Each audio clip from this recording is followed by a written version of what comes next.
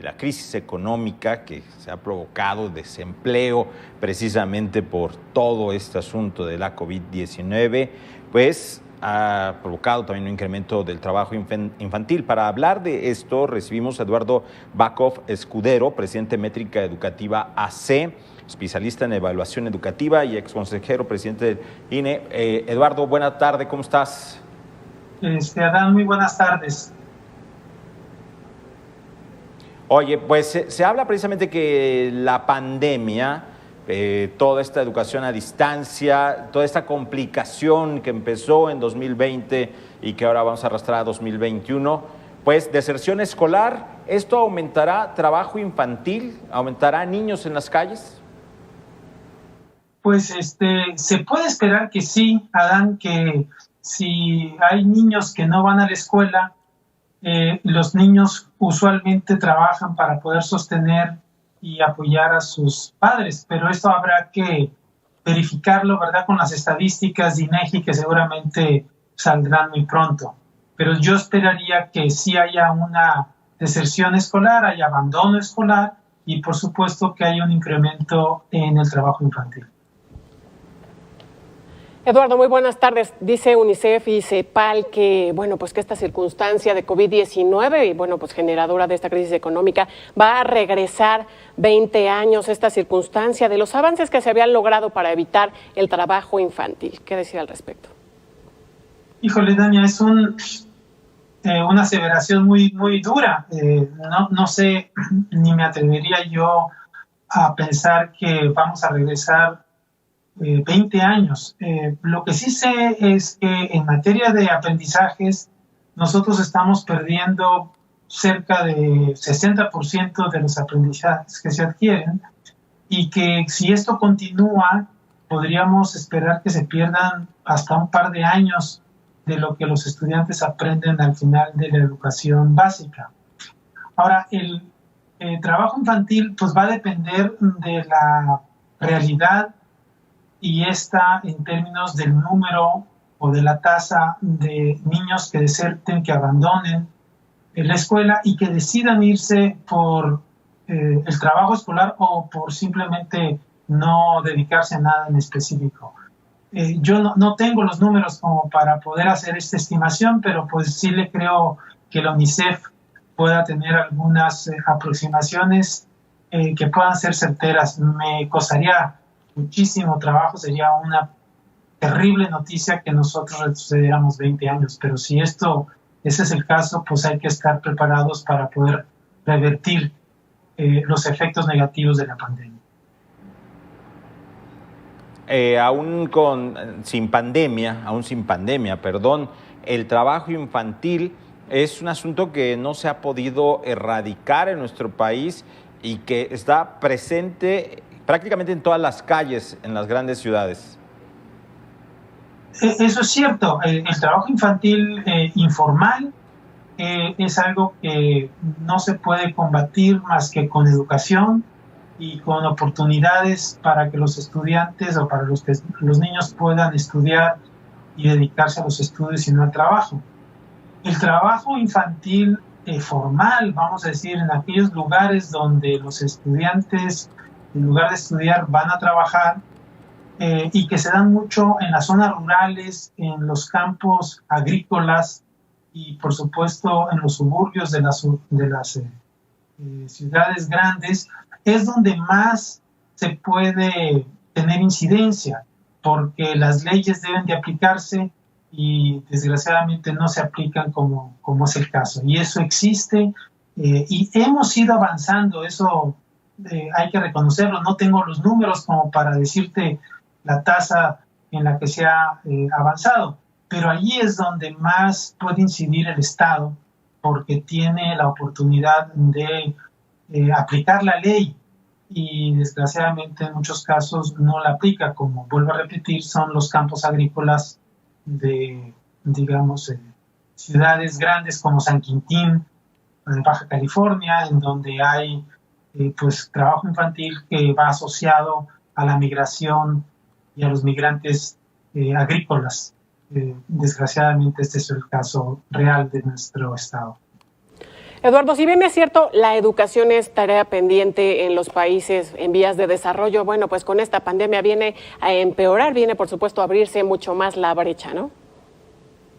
Sí, porque la pandemia va a traer, digamos, además de desaliento para que los estudiantes estén en la escuela, por varias razones, Tania. Una de ellas es porque muchos estudiantes, cerca del 50% de los estudiantes, no tienen acceso a tener computadoras e internet en su casa. Poquitos, como el 10% o 9%, no tienen tampoco acceso a televisión o a canales de televisión. Y por lo tanto, todos estos estudiantes están en desventaja y están muy desesperados, desilusionados de estar en un medio educativo que les es imposible estar en él y aprender en él. Entonces eso va a traer deserción y por lo tanto los niños que desertan van a ocuparse con, digamos, trabajos informales o no formales, entre ellos estos que están ustedes presentando, los niños de la calle. Va a haber más niños de la calle porque también va a haber un problema económico y el problema económico va a incentivar a que toda la familia, incluyendo los niños, trabajen para salirse de, digamos, la escasez y la vulnerabilidad que te da no tener que comer todos los días. Eduardo, la calidad de la educación, la calidad educativa, ¿se marcará más en las regiones de nuestro país a propósito también de esta pandemia y de esta educación a distancia, ya sea por la televisión, ya sea la radio, la computadora? Totalmente. Mira, México padece, por decirlo así, de dos grandes problemas en materia de educación. Por un lado es la calidad que reciben los niños, además de, digamos, la matrícula, la poca matrícula que hay en educación media superior, pero la calidad es un tema. Pero el otro tema que es, yo diría que más importante que la calidad, es la inequidad. Los pocos aprendizajes que obtienen nuestros estudiantes difieren radicalmente entre poblaciones vulnerables y no vulnerables, al grado de que hay niños, para ponerte el ejemplo, que salen de la primaria leyendo como un niño de segundo de primaria, mientras que otros leen como un niño de segundo de secundaria. Entonces, las brechas son enormes y la inequidad es gigante. Si a esto le sumas la pandemia, y que la pandemia lo que está haciendo es que los estudiantes privilegiados tienen acceso a internet y a computadoras y a todo el apoyo familiar, más bibliotecas y acceso a internet, versus aquellos que no tienen computadoras o que si lo tienen escasos recursos intelectuales dentro de su casa, pues el resultado va a ser que en general se aprenda menos en promedio, pero que las brechas se agranden. Entonces va a haber estudiantes que prácticamente no aprendan nada durante todo el año escolar, mientras que hay estudiantes que, digamos, aprendan una cantidad importante. Pensemos, a lo mejor, por poner un número, un 80% de lo que debieron de haber aprendido, pero mientras que otros van a aprender a lo mejor un 10% o nada, definitivamente. Entonces, el problema de la inequidad va a crecer y se va a agravar. Por lo tanto, cuando se regrese a clases, se tendrá un problema que atender, y es saber cómo están los estudiantes después de la pandemia para de ese punto partir y poder retomar la educación que se ha perdido durante estos tiempos. Precisamente, Eduardo, ¿cómo remontar estas cifras? Bueno, de estos meses que ya muchos chiquitos no han podido acercarse a las clases porque no tienen internet, porque no tienen teléfono celular, no tienen computadora, televisión, etcétera. ¿Y cómo se va a ver esto reflejado en el futuro del país? Pues terriblemente, Tania. Primero lo que se tiene que hacer, a mi manera de ver, es medir o evaluar qué tanto se aprendió o no se aprendió en la pandemia respecto al grado escolar en el que tú estás, en el que el niño está.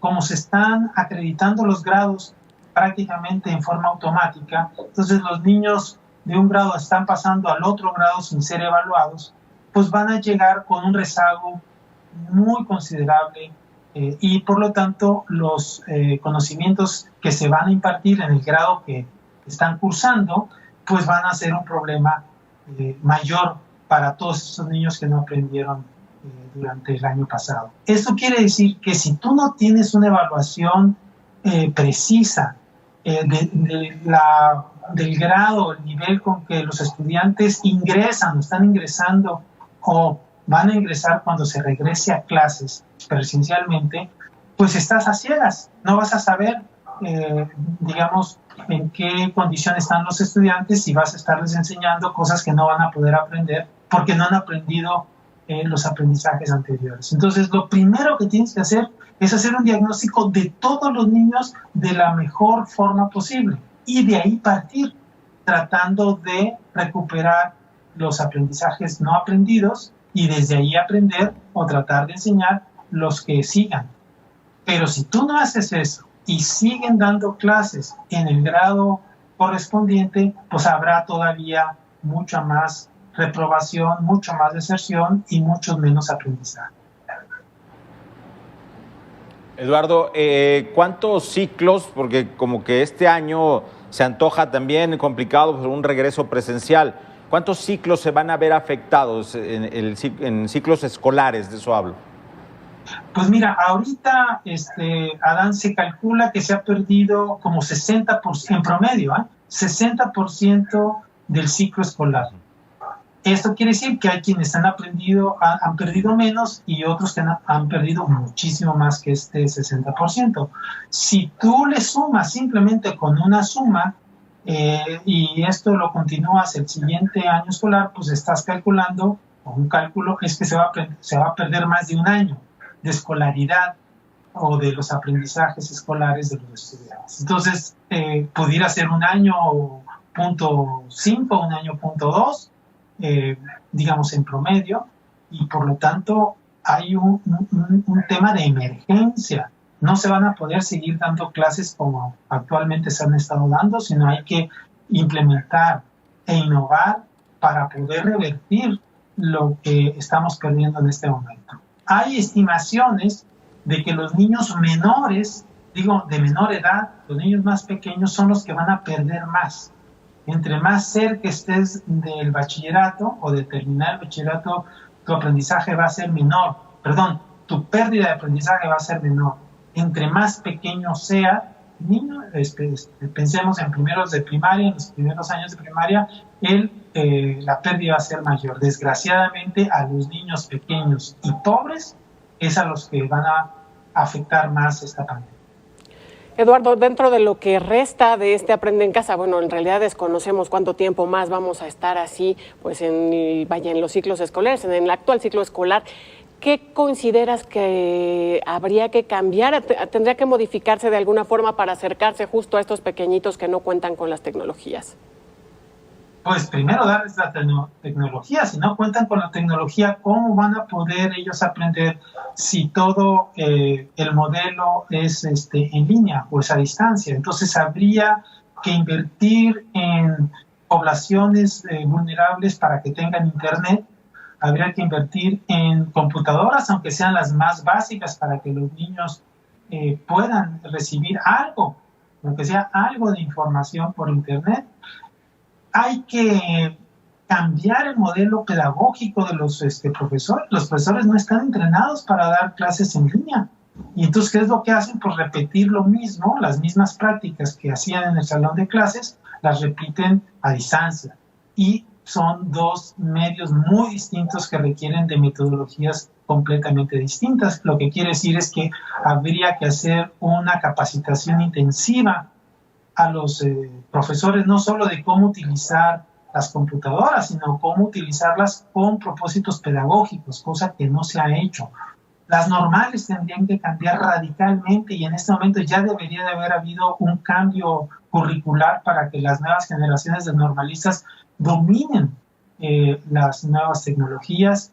En fin, hay que hacer muchas cosas, pero principalmente pues tener la posibilidad de que los niños puedan tener acceso a la información. Ahora, en los casos extremos, yo siempre he dicho esto, hay poblaciones donde el COVID no ha llegado, poblaciones rurales que están muy aisladas y que hay, digamos, muy poca incidencia de COVID. Pues entonces habría que trabajar con los profesores, a lo mejor dar asesorías a distancia con todas las precauciones, pero evitar que el niño deje de tener contacto con el profesor, si no puede a distancia, aunque sea presencial, aunque sea de manera esporádica, pero no abandonarlos, porque lo que sucede es que la pandemia está haciendo que esos niños vulnerables, pobres, están siendo abandonados por el sistema educativo. Así es. Eduardo, hace un momento mencionabas que los niños más pequeños, los niños más pobres serían los más afectados. ¿Habrá entonces, dentro de todo, alguna ventaja en los que vayan de preparatoria a media superior? ¿No se verán tan afectados en su calidad, en su aprendizaje? Así es. En general, Adán, todos se van a ver afectados, pero los niños mayores o los jóvenes mayores pues tienen mayor facilidad y versatilidad para usar los medios. También los profesores de las escuelas, al menos que yo conozco de educación, por ejemplo, superior, muchos profesores están haciendo, digamos, prácticas novedosas para poder atender lo más que se pueda, pero no se puede atender todo. Por ejemplo, tú no puedes enseñar cosas prácticas de manera teórica. Pues no se puede. No le puedes enseñar a alguien a sacar dientes si no saca dientes, o ingeniería automotriz si no está con los automóviles y con las máquinas. Pero se va a perder menos. Entre más grande seas, más autosuficiente seas, tengas más autocontrol, dependas menos de los adultos, también dependas menos del profesor, pues el aprendizaje que vas a perder va a ser relativa menor con respecto a los niños. Imagínate a los preescolares que dependen totalmente de los adultos y dependen de los profesores. Y si tú en tu casa no tienes adultos que te ayuden, pues estás completamente perdido. Esos son los niños que, digamos, son los niños o los grupos de estudiantes que se van a ver más afectados, y por lo tanto el sistema educativo debería de tener un programa emergente o varios, en especial para esos niños. Tremendo el reto. Para todos, pero en especial para ellos. Así es, tremendo el reto. Eduardo Backhoff Escudero, presidente de Métrica Educativa AC y especialista en evaluación educativa, además de ex consejero presidente del INEE. Muchas gracias por estos minutos con Mega Noticias. Muy buenas tardes. Gracias, Tania. Gracias, Adán. Y un saludo a toda su auditorio. Feliz año. Buenas tardes. Gracias. Momento de hacer una pausa. Es breve y regresamos.